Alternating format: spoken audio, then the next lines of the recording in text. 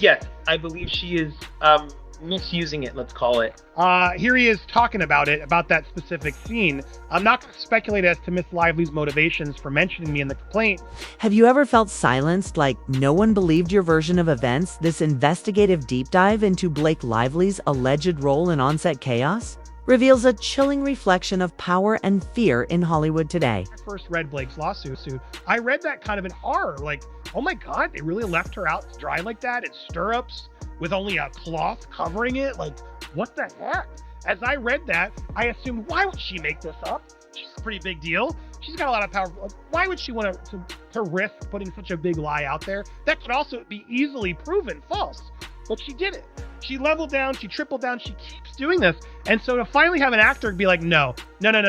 You were wearing a whole getup, girl. You were not nearly unclothed. Nice try. We were there. I was literally there, and I did not see anything or try to look. And this implication that everybody was trying to sneak a look or get a piece or flirt or whatever with Blake Lively, to me, all of this just is only proving how insecure and crazy she in fact is. How manipulative she is in trying to do all this, clearly to get control of this film, which she knew would be huge. And it's all just so sad because, look, again, I want to pump the documentary because I hope you guys will help support it. In fact, we have our With Hate Meghan premiere happening. We're going to be live literally at 3:30 today. I'm going to put a link at the end. Come join us live. We're going to talk about this and a lot of other updates that we had prepared, but I didn't want to wait on this. So I hope you'll join us, and I hope you'll support us on Patreon because we are reaching out to a lot of people. We actually have crew members that have spoken to us. We are attempting to get some more.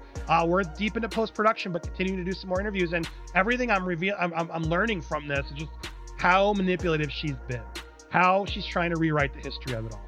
And if she had just shut up, let the bad press over the summer die away, they would have had a hit movie on their hands. They could have progressed, moved forward. None of this, I think, would have happened. It's wild how she is tripling down, continuing to try to paint herself as a victim, as now the actual witnesses are coming forward and be like, no, nice try, girl. Not anymore. I can't sit back in silence. I got to defend Justin, and I got to defend myself. Blake Lively and Ryan Reynolds are often hailed as Hollywood's golden couple with their picture-perfect, family razor-sharp wit and carefully crafted public appearances. They've built a reputation as one of the industry's most beloved power pairs. Ryan is praised for his effortless charm and blockbuster appeal, while Blake is celebrated for her elegance and status as a fashion icon together. They've cultivated an image that feels untouchable, occupying a space where charisma meets control. But sometimes the glossier the surface, the more there is beneath it, behind the scenes of It Ends With Us. A different story began to emerge, one that doesn't align with their crafted narrative. Allegations of intimidation, manipulation, and an aggressive PR machine are being whispered about, and they aren't flattering, according to insiders The Hollywood power duo might not just have been passive figures in the controversy. They allegedly played an active role in steering the conversations to suit their benefit. When Justin Baldwin's defamation cases were dismissed, it might have seemed like a win for Blake. The legal victory gave her story weight, reinforcing her narrative while casting doubts on Justin's claims. But was it really the full story? The creators of the upcoming documentary suggest otherwise, and they claim they're armed with more than just word of mouth. The documentary's creators are pulling back the curtain, threatening to expose the kind of influence that crew members claim left them afraid to talk. Imagine working in an environment where you're constantly questioning if the slightest misstep could end your career. That's the fear that keeps people silent, and Blake and Ryan's status as power players might have only intensified it. One crew member has shared whispers of unspoken rules on set, rules where certain people could act with impunity while others had to toe the line or face the consequences. That's the kind of environment that turns fear into compliance, leaving the truth buried in the process. And yet, amidst this alleged environment of silence, cracks are beginning to show. The creators of the documentary claim to have evidence that doesn't just question but outright contradict Blake's version of events, even with carefully crafted PR statements and well-positioned narratives. They assert that they've uncovered footage and first-hand accounts from those who were there. The power couple may control their public image brilliantly, but controlling what's already captured on tape That's another story, and if these claims hold, it could shift the entire conversation. The crew's testimony is being framed as the linchpin in this unraveling mystery. These are the individuals who were in the trenches, allegedly observing moments that the public has never seen. But why now? What prompted them to risk the fallout of speaking up? And most importantly, what exactly did they witness on set that couldn't stay hidden anymore? The answers may redefine how the world sees not only Blake herself, but the very dynamics of power in Hollywood. From the outset, the feud's framed as the newest chapter in Hollywood's ongoing fight for gender equality. It's rekindled this dormant debate about age and power dynamics, and we'll see how it plays out, but there's another possibility, one that has less to do with gender than it does with simple cultural misunderstandings. What if much of it, the alleged inappropriate hugging, which Blake mentioned in her new amended suit, the pre-filming praying, could be explained as a clash between a very specific faith-driven community with its unique mores and a much more modern post-Me Too one with its own set of beliefs and commandments? It's a good point. It's a good question. They went through and interviewed many people, past colleagues, etc., and people in the faith, and people of Justin's background, and they talked about it. They went into more detail. Speaking to someone, Justin that I know isn't capable of doing the things that he's accused of doing because he truly sees himself as his feminist. Blake clearly got grossed out. I honestly feel like it was the perfect storm of two opposing personalities.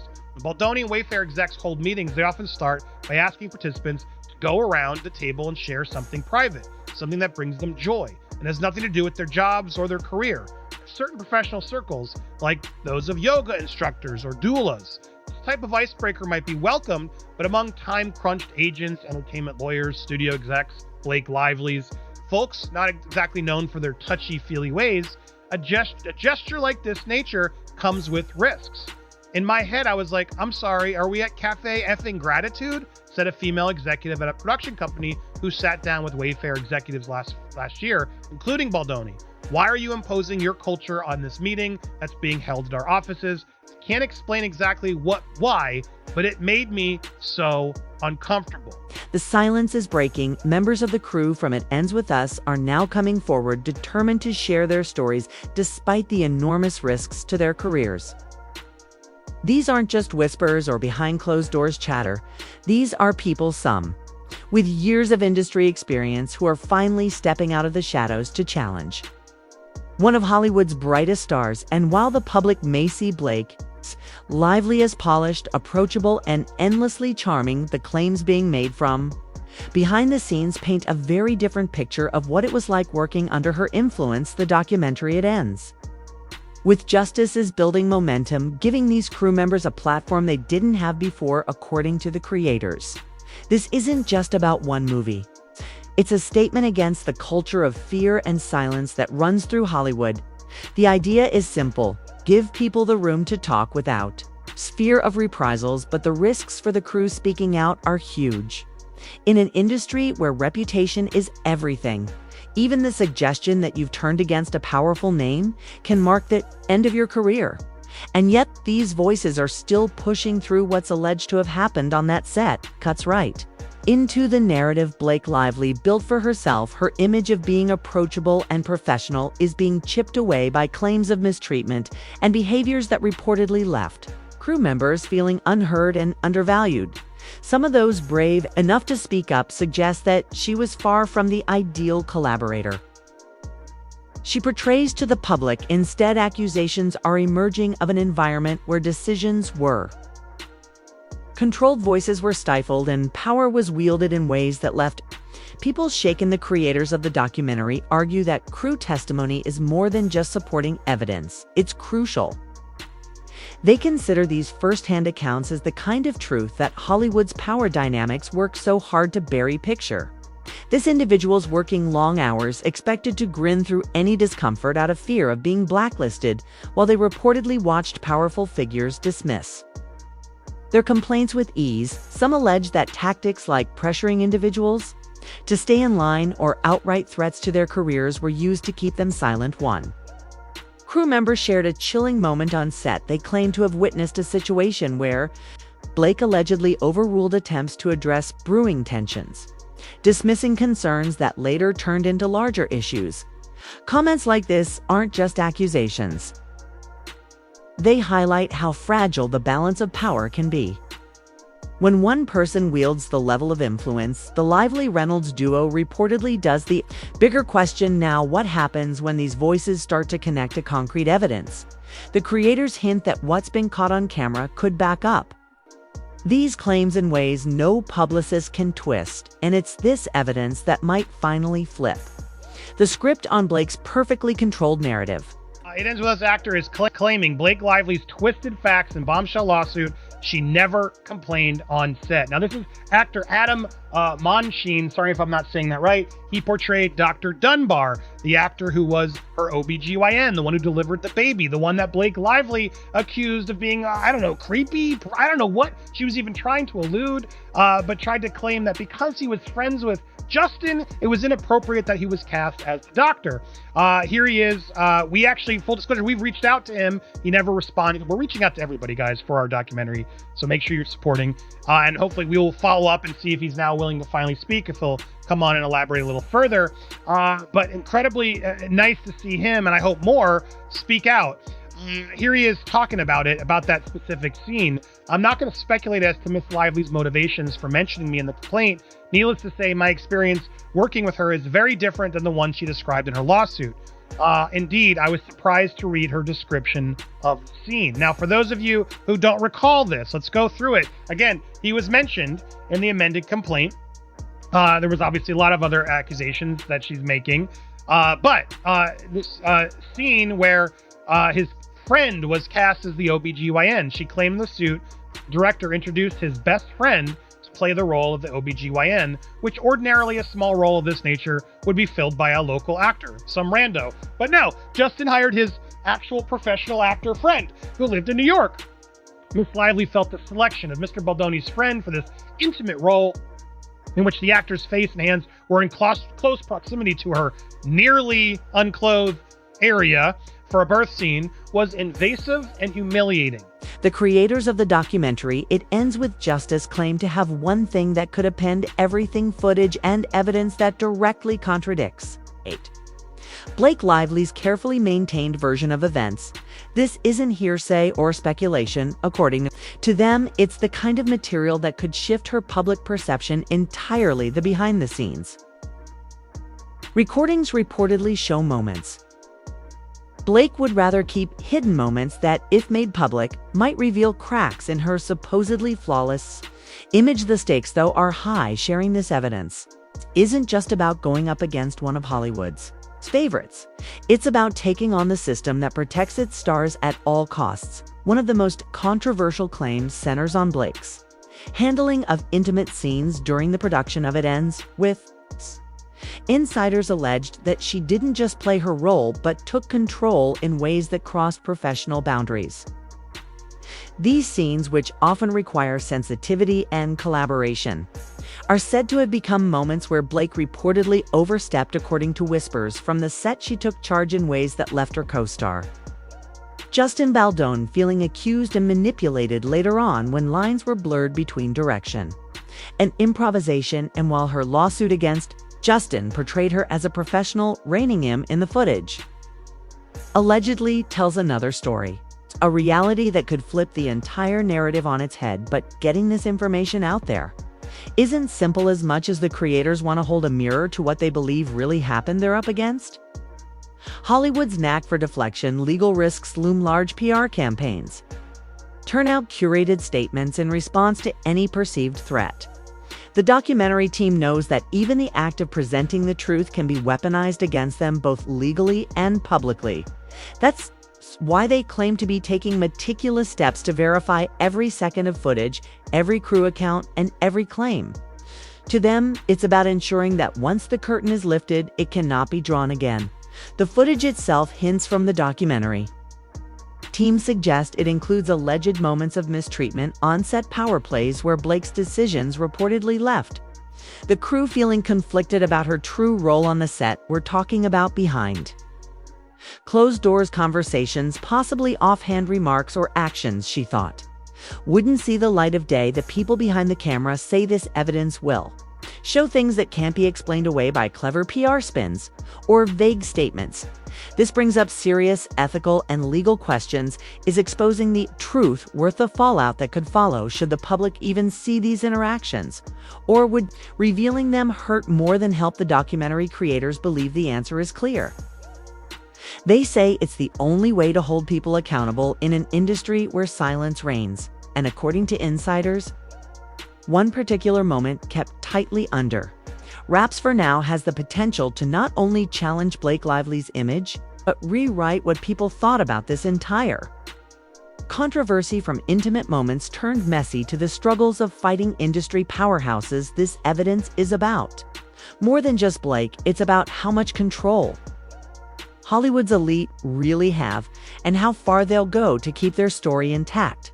Yeah, this does frustrate me, and we saw something similar to that in Depp Heard, where the ACLU aligned itself with Amber Heard and put its reputation on the line to protect what the jury found to be malicious statements about Johnny. Now, so we're kind of seeing something similar to that here. So what happens in court is that sometimes a organization or individual can go in and say, hey, I have subject matter knowledge or expertise on this issue, judge, that you're going to be reviewing. And so I am, as a friend of the court, going to present my kind of viewpoint on this to help you, to educate you, to make your decision better. That's fine. I've done it myself. These are these amicus briefs. Now, what happens, though, is that a lot of times they come in there just to advocate for a position on behalf of a party as if they actually knew what they were talking about as to the underlying facts when they have no clue what happened. Now, all of these organizations, and they may be all perfectly good organizations and super expert on the areas that they advocate for, have no better ability to determine truth from falsity than any of the rest of us, or certainly the judge. The judge does not need the National Organization of Women to tell the judge whether something happened or not. That's what we have a court case for, with testimony and documents and a jury or judge deciding it. So when I've looked at some of these briefs, what they're advocating for is saying protected speech by Blake. She had the right to speak out about the SA or whatever she was claiming, and she can't be sued for it. And there's a California law, which is California Civil Code Section 47.1. So 47.1 protects people who speak out against SA, whether they file in court or not, that they can't be sued for it unless certain conditions are satisfied. What these groups are seizing on is he can't sue her for this because this is protected speech and he is the abuser. You need to stop this, judge. We know what we're talking about. This is going to impact all women. What they're leaving out is that the statute says she cannot be sued for these allegedly defamatory statements that were made by her against Justin unless it was done maliciously and her statements have to be factual. So they're leaving out those two really, really important, qualifications and just saying, well, just because Blake says that I didn't, say anything wrong and all my statements are true, therefore this is an affront against all women on planet Earth. That is absolutely ridiculous, way outside their area of expertise when they're not even properly applying the statute and do more harm probably to women than any help that they're doing. What happens when frustration, betrayal, and a battle for justice all come together in one song? Enter I'm Not Your Dragon, a diss track that channels Justin Valden's perspective into a raw, emotional anthem. More than just a song, it's become an emotional centerpiece of it. Ends with Justice turning a personal grievance into a public outcry. The creators of the documentary call it a rallying cry, a form of art that speaks not only to Justin's experience, but to anyone who's ever felt manipulated or silenced by someone in power. And from its lyrics alone, you can tell it isn't holding back. The song digs deep into the feelings of betrayal Justin allegedly experienced during his time working with Blake Lively. It captures the tension and control he's hinted at through his defamation battle, pulling those emotions to the surface in a way that's hard to ignore. Every verse feels like an accusation loaded with frustration about the unspoken. Dynamics on set through the lyrics, the message becomes painfully clear to Justin this was no misunderstanding or creative disagreement. It was a story of manipulation, one that pushed him to the edge by framing his frustrations through music. Justin's voice is elevated, cutting through the media noise, surrounding legal dismissals and public narratives. But I'm Not Your Dragon is more than just personal. It taps into bigger themes of power, control, and silence in Hollywood. Those same dynamics, the ones the crew described as suffocating, are also front and center in this track. The creators of the documentary wanted it to do more than express Justin's side. They wanted it to feel relatable to anyone watching the industry. From the outside, power imbalances aren't exclusive to Hollywood after all, and the song's sharp lyrics highlight the struggles of feeling voiceless against someone who holds all the cards. Whether you're in the film business or just someone who's ever felt used, it resonates. The public response to the track has already started to grow, available on streaming platforms. It's not just about promotion, though it's definitely driving attention toward the documentary. The song engages listeners, emotionally creating a visceral experience that builds curiosity for the story behind it. Fans have taken to social media to share their reactions, and while some side with Justin, others are questioning whether the song goes too far in calling out Blake. Either way, it's sparking discussions, exactly what the documentary's creators hoped for. One lyric that stands out is simple but loaded. You built a story, I'm the one who burns. It sums up not just the song but the entire narrative surrounding this battle. It's a direct shot capturing the sense of someone pushed to fight back after being underestimated. With this anthem amplifying the message, the creators are inviting listeners to not just absorb the music, but to consider the larger truths lurking under Hollywood's shiny veneer. And now the question shifts to the audience. Are you ready to listen to those truths, and what role will you play in uncovering them? Yes, I believe she is misusing it, let's call it, in order for a underlying agenda and a fight that she picked that probably she regrets picking. Yeah, I mean, you've always sort of said that, because we've talked specifically, we talked in our documentary, which, stay tuned, we may be touching upon things that we touch upon there. That's fine. For the grade of this case, please don't hold back. But, there's always been this other thing about these harassment claim doesn't even matter if it's true, because in California, if she levels a SH claim, as we call them, if he retaliated in any form, even after a harassment claim was made, he could still be found guilty, correct? So whether the SH was true or not, we already have to sort of contend with that. Is that true? Right. So you have two things. One is the harm because of the act itself, and then the harm because you complain about the act itself. But there's a qualifier. You complaining about the act has to be done in good faith. It can't just be, just thrown out there just because. And it leans heavy on for the accuser, right? If the accuser just has any good faith basis for this, you cannot retaliate against her. So yeah, there will be viewed differently in two separate columns. So this 47.1, I want to go back to. This communications made with, as stated, civil section 47.1, with that communications made without malice, further provide that this section shall only apply to an individual that has, or at any time at reasonable basis, file a complaint of SAH discrimination. These requirements, communication be made without malice and without reasonable basis, in fact, are why Lively's arguments fall flat. And as alleged in the FAC, Lively fabricated her allegations of SH, either with wholesale or by exaggerated benign and not harassing interactions, in a concerted malicious effort to seize control of the film and later restore her reputation after a well-publicized series of marketing missteps that sullied her reputation. What's also interesting is it does feel like the first time they're also even saying, yeah, now they hijacked the film and the franchise. They really are finally, it does feel like, bringing all their things together here to reiterate, well, yeah, because you've said it before, it's not harassment if it's just one of those claims, right? It has to be all of them under the same umbrella is what makes it more of that harassment claim. So do you agree with what they're saying here? Or do they have a better shot because of the attempted, effort to seize control of the film and everything else that he's saying here? Right. So we spoken what Baldoni's alleged to have done is not like one super serious, like boob grab, right? It's not that. It's these kind of like nefarious things which shouldn't happen in the workplace, but they have to happen over a course of time to meet the legal standard.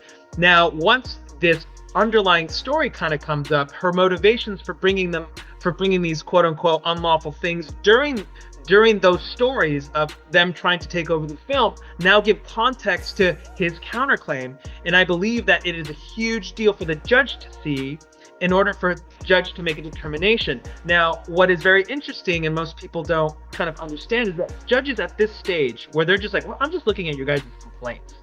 The judge can't really make a credibility finding. He has to assume what is in the complaint is true. So that is why Baldoni's attorneys are like, this doesn't have a shot because of how detailed the complaint by Baldoni is. The judge cannot make an opposite finding because he has to, or she has to, make an assumption that everything in that very well detailed complaint is true, and it just can't happen for Lively the way she wants to.